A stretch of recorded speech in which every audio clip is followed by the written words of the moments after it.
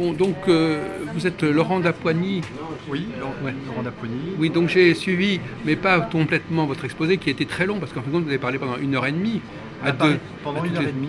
Le sujet, c'était les maîtres de sagesse, êtres de lumière, sont présents parmi nous. Oui. Alors, donc, je vais revenir sur ce que vous avez dit à la fin de votre exposé, parce que j'ai suivi le tout début.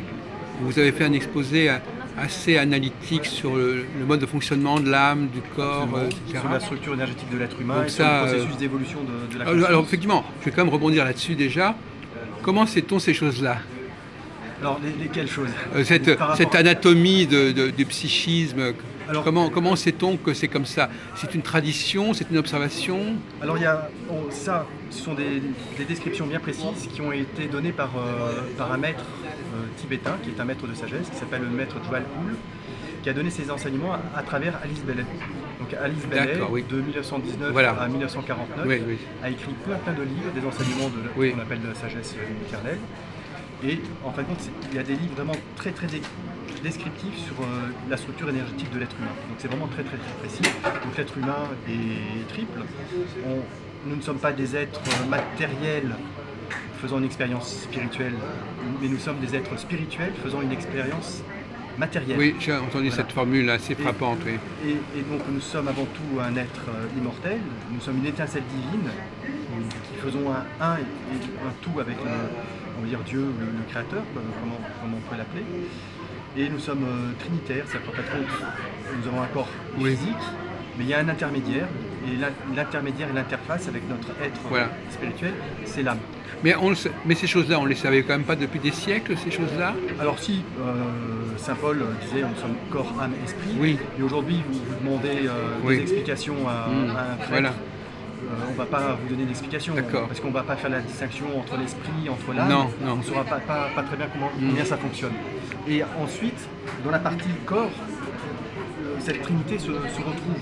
C'est-à-dire qu'en fait, nous, dans notre corps, on va être trois, Oui. et trinité, et cette trinité va s'exprimer par le corps mental, le corps émotionnel, qu'on appelle généralement le corps astral, et le corps physique. Oui. Donc on retrouve cette trinité divine au niveau de notre aspect matériel, en tant qu'être humain incarné. Alors, dans quelle un était corps. quelle était la raison de cette présentation?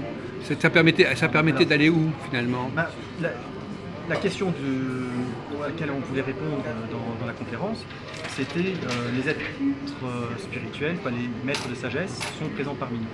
Oui. Et donc pour expliquer qui sont des maîtres de sagesse, il fallait expliquer que chacun de nous est un maître de sagesse en puissance. Oui. Et donc il faut expliquer le processus d'évolution spirituelle dans la matière de l'être humain qui aboutit à être et à incarner vraiment son état divin en tant que maître de On est sagesse. dans un processus d'évolution, donc c'est ça. C'est un processus d'évolution. Donc si on est un être immortel et pourtant on meurt, c'est qu'on n'a pas réussi à incarner notre potentiel divin. Qu'une vie n'est pas suffisante pour incarner notre état parfait d'être humain. Et donc on va revenir de façon répétée dans l'incarnation pour atteindre cet état Oui. de perfection. Et en fait, l'évolution spirituelle ne se fait que dans la matière.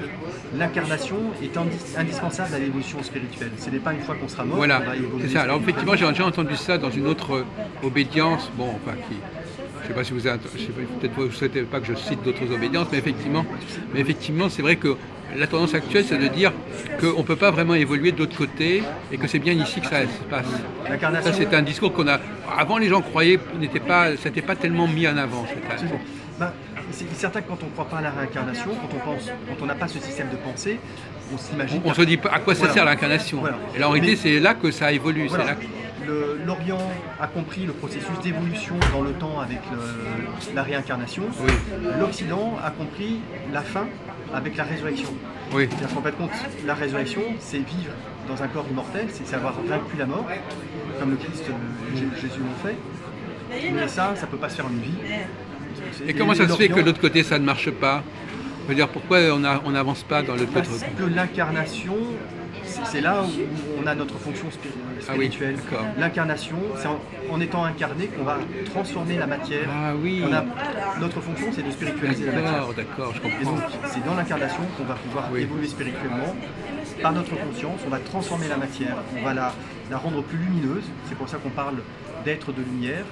Et qu'à la fin de la réincarnation, au moment de la résurrection, dans ce processus. Donc il y a deux questions, il y a l'évolution individuelle et l'évolution collective. Au fond, c'est ça dont vous voulez parler à la fin. C'est-à-dire que, fin de compte, c'est quelque chose qui concerne, il y a des choses qui concernent l'humanité tout entière. Il y a deux évolutions en même temps. Il y a l'évolution individuelle, mais en même temps, il y a cette évolution individuelle qui fait que chacun va terminer à un moment précis et personnel. Oui. Donc il n'y a pas besoin d'attendre une fin des temps pour que chacun de nous ressuscite. Mais chacun va ressusciter en fonction de sa propre évolution spirituelle. Mais en même temps que ce processus individuel, il y a un grand processus effectivement planétaire au niveau de l'humanité tout entière qui évolue et qui, en tant qu'humanité, parcourt en fait le même processus que nous en tant qu'être. Ah bon, c'est la même chose? C'est la même chose. L'humanité, de siècle en siècle, de millénaire en millénaire, évolue spirituellement. Aujourd'hui, un être humain est à un niveau de conscience bien plus élevé qu'il y a 2000 ans. Il y a 2000 ans, ou même au moment du Moyen-Âge, on ne vivait que dans son village, on parcourait à peine quelques dizaines de kilomètres. Aujourd'hui, on a conscience de l'unité de la planète. La planète est devenue un village, le village planétaire, et donc notre conscience est ouverte sur un monde beaucoup plus vaste. Et donc ça traduit une évolution de la conscience. C'est pour ça que finalement, d'après vous, le christianisme n'a pas touché l'ensemble de la planète, en fait. Enfin, parce qu'il y a un discours de ce genre, il n'y a pas le christianisme n'est pas parvenu à avoir une dimension planétaire. Si, le christianisme a une dimension planétaire, il est répandu partout. Enfin, il y a quand même 1 milliard ou 1 milliard. Oui, mais enfin, il y a des bon, enfin, je sais qu'il y a des bon, moi je connais par exemple le groupe Moon, vous connaissez Moon. Alors eux ils sont persuadés que en réalité le christianisme n'a pas pu aboutir pleinement parce que par exemple dans le monde oriental, asiatique, il n'est pas encore parvenu complètement à s'imposer. Oui, mais le but c'est pas de s'imposer, le but c'est d'apporter une révélation. Oui. Le christianisme avec Jésus a apporté la révélation comme quoi Dieu était amour. C'est lui qui a incarné le plus cet aspect amour avec le Christ à travers lui. Je voudrais poser une question d'ordre théologique, je ne sais pas si vous pouvez répondre. Vous connaissez le Dieu, comme on appelle Jéhovah ou Yahvé, enfin vous savez. Oui. Est-ce que Jésus, parce que je sais que vous avez toute une théorie assez complexe de niveau, est-ce que Jésus est du même niveau que Yahvé? Alors Yahvé, il faudrait définir qui est Yahvé. Celui qui s'adressait à Moïse, je sais pas. Ouais. Alors, je vais vous poser une question. Est-ce que Yahvé, on peut dire qu'il est le fils de Dieu aussi quelque part? Alors, on est tous fils de Dieu. Oui, mais est-ce que Yahvé et Jésus sont parce qu'il y a le Père et les filles. Est-ce qu'il a eu plusieurs fils, le Père, par exemple? Dans l'enseignement ésotérique, je ne sais plus trop qui est Yahvé, mais on pourrait penser que si Yahvé est le Père, c'est celui qui réside à Shambhala. Yahvé ne serait pas le Père pour moi, il serait le Fils. Là, je ne peux pas vous répondre. D'accord, non, mais c'est pour savoir si ça vous cite un sujet qui vous. Là, je ne peux pas vous répondre de façon précise. Mais en tout cas, ce qui est certain, c'est que Jésus parlait beaucoup du Père. Oui. Qu'il fallait faire la volonté du Père. Oui. Et le Père auquel il se réfère, c'est ce qu'on appelle Sanat Kumara, celui qui réside à Shambhala et qui détient en quelque sorte la volonté de Dieu. D'accord. Donc c'est le grand être spirituel qui incarne en quelque sorte l'entité planétaire. Bon. Alors donc revenons à cette fin des temps, si on peut dire, qui n'en est pas une d'ailleurs quelque part. Vous avez terminé votre exposé en disant que il y a quelque chose d'imminent qui va se produire. Voilà. Alors ce qui se passe, donc on décrit l'évolution spirituelle de l'être humain. Oui. Et quand il a terminé son parcours évolutif sur la planète, en incarnation, il passe par une grande expansion de conscience qu'on appelle la résurrection, et qui en fait compte la victoire sur la mort. Oui. Donc à partir de là, tout le corps a été transformé en lumière. On peut vivre de façon immortelle dans un corps physique. C'est vrai pour tout le monde, ça. C'est vrai pour tout le monde. C'est pas que pour Jésus. Non, c'est vrai pour tout le monde. C'est notre destin à tous de passer par ce chemin-là. Jésus a dit, vous allez devenir, vous, à votre mort, vous allez devenir un être de lumière, quelque part. Ah, ma mort, ce ne sera pas ma mort, puisque justement... Non, justement. Alors, il va y avoir on va tous vaincre à un moment donné, une transmutation dans son incarnation, quand on aura terminé ce fin de cycle de réincarnation, on va tous passer par cette victoire sur la mort et on va devenir un maître de sagesse. Notre corps sera transformé en lumière, on aura un corps de lumière immortel. Donc ça, c'est le devenir de chacun de nous. Mais vous disiez tout à l'heure que c'est quand même finalement, il faudra encore se réincarner quand même. Tant qu'on n'est pas arrivé au bout, il faudra se réincarner. Ouais. En fin de compte, les enseignements nous disent, entre autres Benjamin Crème, qu'il faut vraiment des dizaines et des dizaines de milliers de vies Ah bon, en incarnation c'est effrayant. avant d'arriver à ce stade-là. Et le Christ, en fait, est un être exceptionnel parce qu'il a fait en très très très peu de vies. Alors c'est peut-être 33 vies, mais il a fait vraiment... Ça a été celui qui a parcouru ce parcours le plus rapidement possible. Et comment excusez-moi toujours la même question, comment le sait-on? Alors Benjamin Crème était en rapport télépathique avec un maître de sagesse, de la même façon que Camille Bellet était en contact télépathique avec un maître de sagesse dont on connaît le nom, qui s'appelle le maître Kouakoum. Voilà. Et Elena Petrovna Blavatsky, une russe qui est morte à la fin du XIXe siècle, qui a fait connaître en fait les maîtres de sagesse Oui. à l'Occident. Oui, c'est ça, les Et maîtres. elle était en contact télépathique avec aussi le maître Moria et le maître Kouchny. Oui, écoute. Donc Benjamin Crème a répondu à énormément de questions et tous ses livres en fait ce sont des réponses à des questions qui lui ont été posées. D'accord. Donc des questions très très précises. Et donc il y a énormément d'informations qu'on a par son intermédiaire. Oui, d'accord. Et donc comment sait-on, Laurent, que... parce que c'est toujours un problème, on ne sait pas quand les choses vont arriver finalement. On le sait ou on ne le sait pas. Si en fait ce parcours est universel, il n'y a pas de raison que des personnes avant nous n'aient pas parcouru ce parcours d'évolution spirituelle et y aient réussi.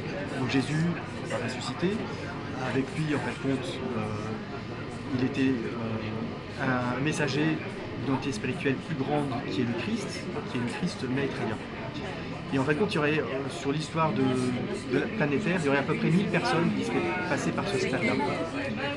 Et il y en a 63 qui sont restés sur la planète Terre pour aider la planète à évoluer spirituellement.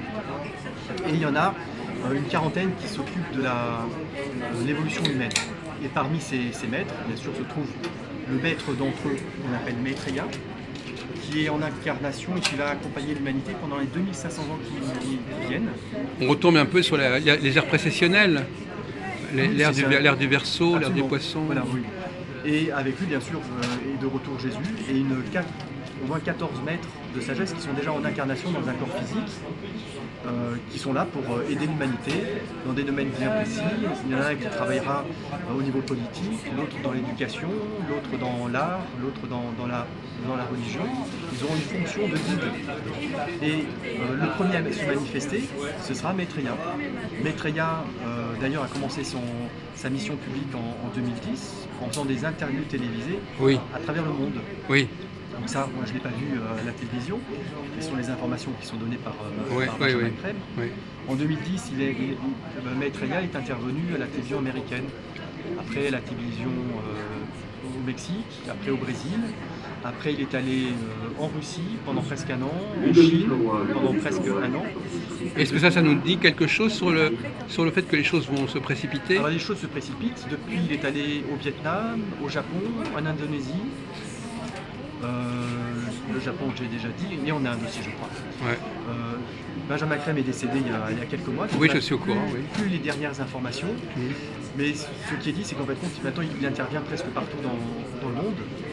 Mais le jour où son interview va être vraiment marquée et diffusée, ce sera quand il passera en Europe. Et le message qu'il nous donne, c'est un message de spiritualité incarnée. C'est-à-dire que nous vivons actuellement une crise, une multicrise, qui est une crise économique, qui est une crise écologique, qui est une crise humanitaire. Et ces multicrises, en fait, ce sont des crises, une grande crise spirituelle, parce que l'humanité ne sait pas qui elle est. Les hommes ne savent pas qui ils sont. Nous sommes des êtres... Ils ne savent pas ou ne savent plus, oui. Ils ne savent plus. Nous sommes des êtres spirituels faisant une expérience matérielle dans la vie. Oui, voilà. Et pour résoudre cette crise multicrise, en fait, il faut redécouvrir qui on est, il faut redécouvrir que nous sommes tous frères et sœurs d'une même humanité, que l'humanité est une, Et pour sauver le monde, en fait, aujourd'hui, c'est que par le partage Partage, voilà. qu'on va réussir à sauver le monde. Oui. Le partage est une notion dont on parle beaucoup aujourd'hui. Même aujourd'hui, les candidats aux élections présidentielles, il y en a qui parlent de partage. C'était quelque chose qui était impensable il y a une trentaine d'années. Donc le fait que le Christ soit présent dans le monde, son énergie diffuse au niveau de l'humanité tout entière, et son message, même inconsciemment, marque nos consciences et notre mental. Et donc le partage est maintenant une idée qui fait partie du commun et de quelque chose qui est vraiment admis. Oui. Ça, c'est déjà un résultat important, c'est un signe important. C'est un signe important et c'est un signe que le Christ peut se faire connaître aujourd'hui. Que les temps sont, que l'humanité a dépassé un certain stade qui fait qu'elle peut recevoir. Absolument, les temps sont propices, l'humanité est prête, on va dire que le fruit est mûr et que l'humanité maintenant est vraiment prête à entendre Maitreya à la télévision. Mais donc vous pensez que c'est une... Bon là, c'est une question de quelques années, de quelques dizaines d'années Je pense que c'est une question d'années. Oui, hier vous avez dit ça, plus ou moins, que vous parliez plutôt d'années que de dizaines d'années. Absolument. L'état écologique de la planète est tel qu'on ne peut pas attendre plus de 10 ans. Alors qu'est-ce qui va... Alors, attendez, alors justement, alors finalement, l'humanité est prête à recevoir, mais finalement, il va y avoir une intervention extérieure. Il va y avoir... En fait, c'est parce que c'est pas l'humanité elle-même qui va résoudre ces problèmes, apparemment, d'après ce que j'ai compris. C'est l'humanité elle-même qui va mettre en pratique la résolution des problèmes. Mais il va quand même lui donner une impulsion, je sais pas. Mais il y aura une impulsion, très très forte impulsion, qui sera le jour où Maitreya sera en interview mondiale sur la planète tout entière. Et à votre avis, cette impulsion, elle va consister en quoi? Elle va s'exprimer comment? Il va y avoir une énergie nouvelle. Vous arrivez à imaginer quel genre d'impulsion ça pourrait être? Ça a été très très bien décrit par Benjamin Crème. Oui.